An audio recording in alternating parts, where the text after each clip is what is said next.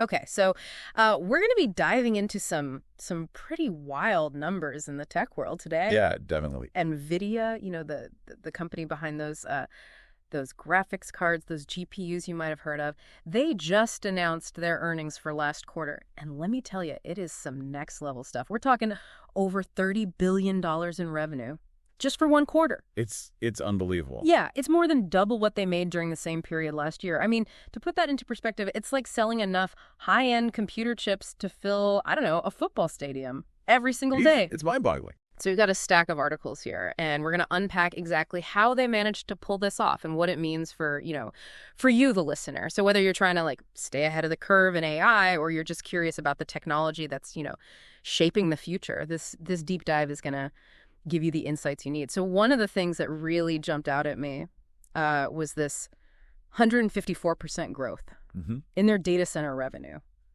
That's insane. Yeah, it's remarkable. And now it makes up almost 90% of their total revenue. So they're clearly at the heart of this whole AI explosion that's happening right now. But why? What's going on there? Well, it boils down to this. Training and running these AI models, it requires an immense amount of computational power.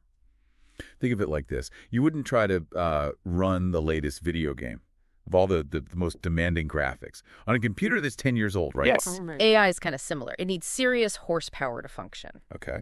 And that's where NVIDIA's Hopper GPUs come in. These aren't your average computer chips. They're specifically designed for this kind of parallel processing that AI demands, allowing them to, crunch through these massive data sets at incredible speeds. So they saw this coming, and they were ready for it. Exactly. They recognized this need early on.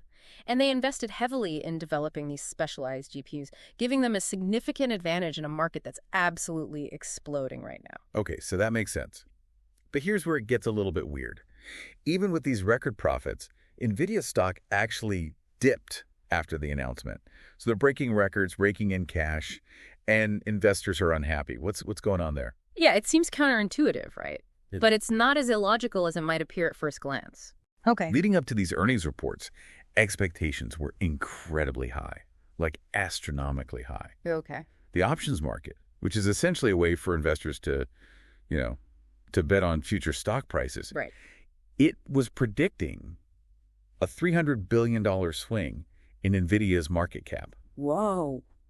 That's the total value of all of their shares. Wow. To put that into perspective, that's larger than the entire economy of many countries. Wow. So even with, these fantastic results, NVIDIA couldn't quite meet the almost impossible expectation that Wall Street had set for them.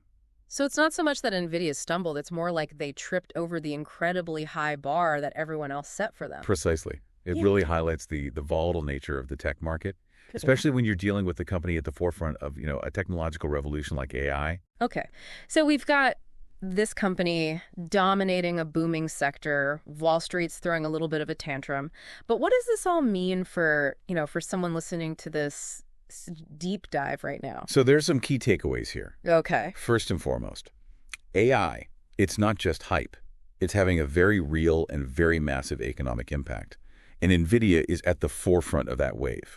This isn't just about faster graphics and video games anymore. It's about everything, from self-driving cars to revolutionizing healthcare and everything in between. Right. The second takeaway is this. This level of growth, while incredible, it might not be sustainable forever. Right. The big question is, what's next for NVIDIA?